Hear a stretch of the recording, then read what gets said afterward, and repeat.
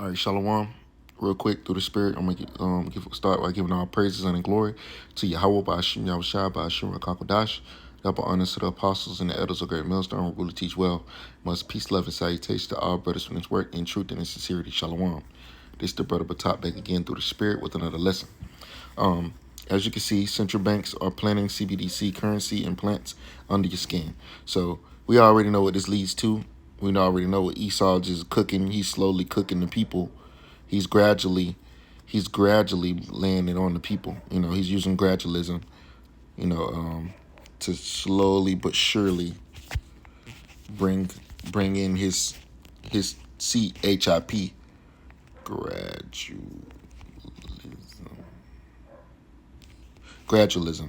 Gradualism, a policy of gradual reform rather than sudden change or revolution. So, let's see what the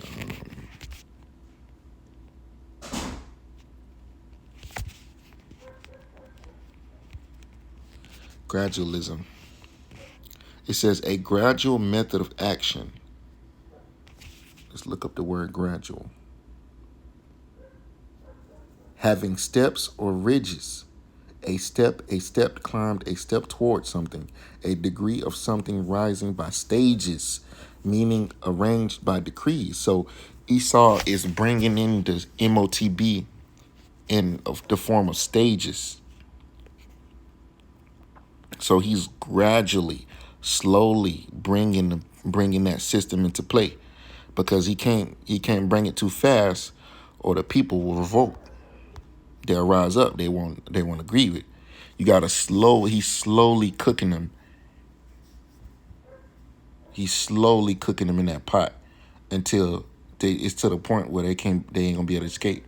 So a central banker reportedly told economist Richard Warner there are plans to issue CBDCs that look like a small grain of rice to be implanted under the skin. Now, it ain't no way around that, man.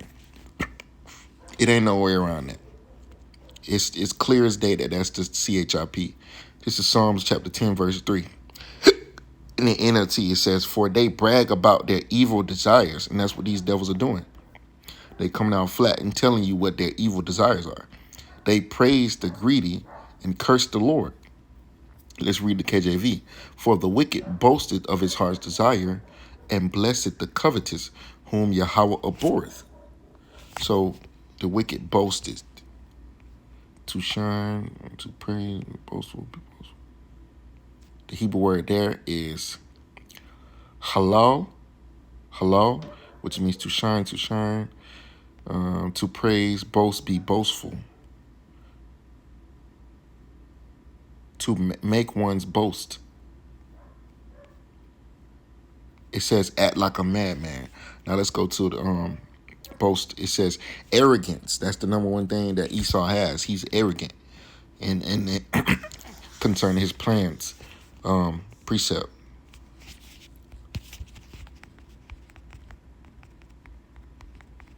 Because I've seen the word pride. Proverbs 16:18. Pride goeth before destruction, and a haughty spirit before he fall. And that's what's going to happen to Esau because of his pride. When you go to the word boast, it means arrogance, presumption, pride, vanity, a brag, boastful speech. And that's what these devils do. They boastful speeches at the WEF, or as what I like to call it, the WTF, the what the fuck, That's what I like to call it. But because some of the things that they say make you say what the fuck, Okay, the word boast, it means evil. Hold on. It says Scandinavian source, comparable Norwegian Boas, which means proud, bold, daring. The notion apparently is of being puffed up with pride, to compare Old English bail again, to become angry, offend, provoke, arrogant. So let's go back to the precept.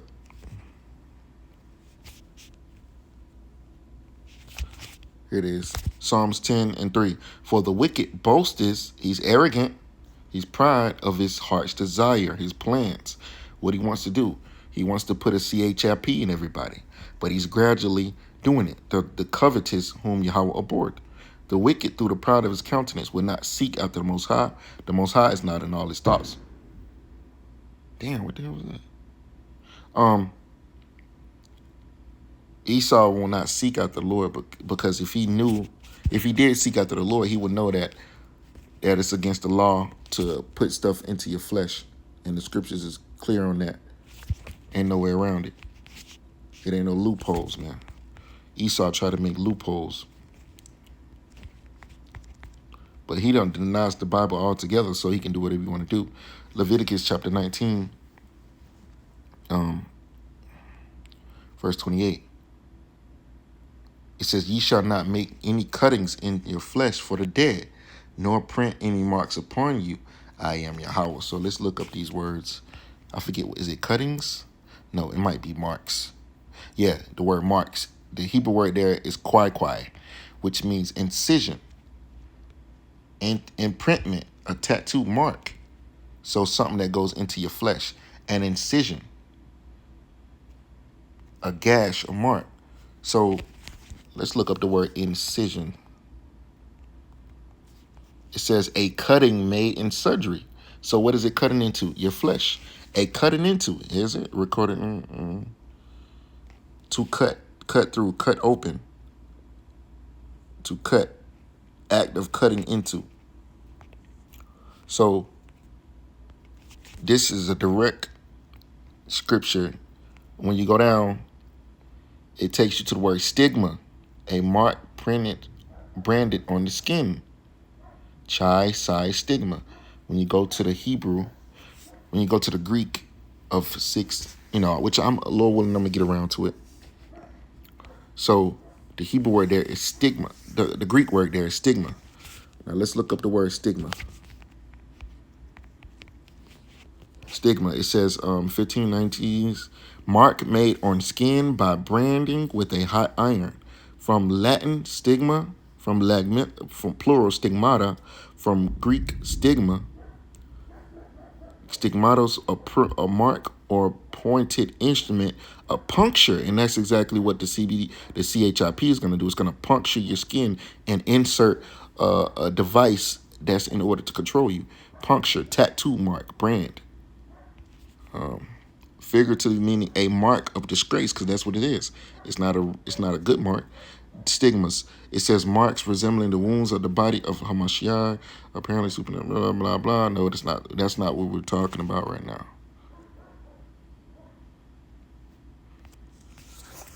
So let's look up the word stigma.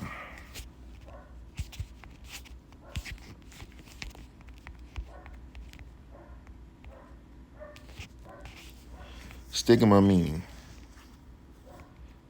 Stigma. It says a set of negative and unfair beliefs that's hold on, no.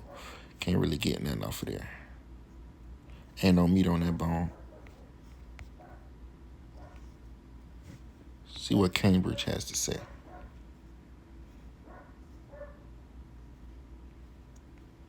Yeah, that is what stigma means, but we're not using it in that aspect.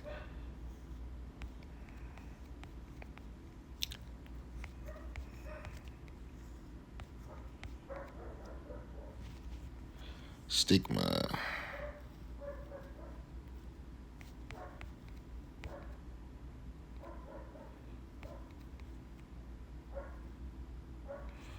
They're giving their formal sense. We need a literal sense.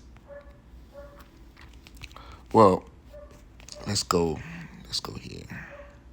There's a scripture that has the word marks in it. It's Galatians 6 and 17. So we know that stigma. Let's go to Galatians real quick. 6 and 17. Because the word stigma is in the scriptures. It is in the scripture in this verse for the word marks. Here it is right here. Galatians 6 and 17. Here's the Greek word stigma. Strong's G 4742, stigma. Stigma. All right, hold on. Let's read the precept first. It says, "From henceforth let no man trouble me, for I bear in my body the marks of Yahweh, of the Lord Hamashiach Yahushai." So he bear in his body the marks. It says, "From a primary stitzo to stick, prick, a mark pricked in or branded upon the body."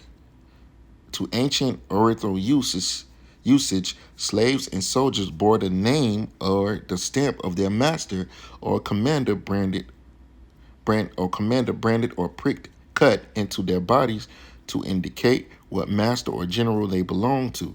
And there were even some devotees who stamped themselves in this way with the token of their god. So this exactly what Esau is going to do. He's going to make you a slave.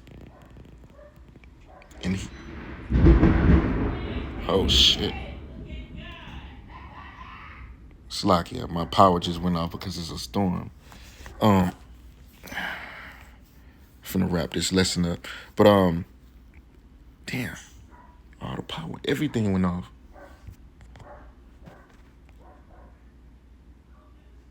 Oh shit. Oh, okay, let me finish this real quick. It says a mark incised or punched from stigma to stick, prick, a mark incised or punched from recognition of ownership. And that's exactly what Esau's gonna do. He's gonna make you his eternal slave. And that CHIP is gonna do it. It ain't no way around it. The apostles was right about the CHIP.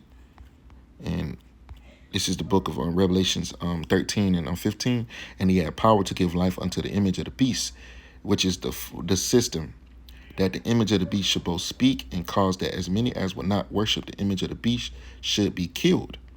And he calls it all. So if you don't follow after Esau's system, or do what he say, if he tell you to take that CHIP and you don't take it, you're going to make yourself an enemy to Esau. And ultimately, he has guillotines waiting for those who opposes his NWO, his plan, so to speak.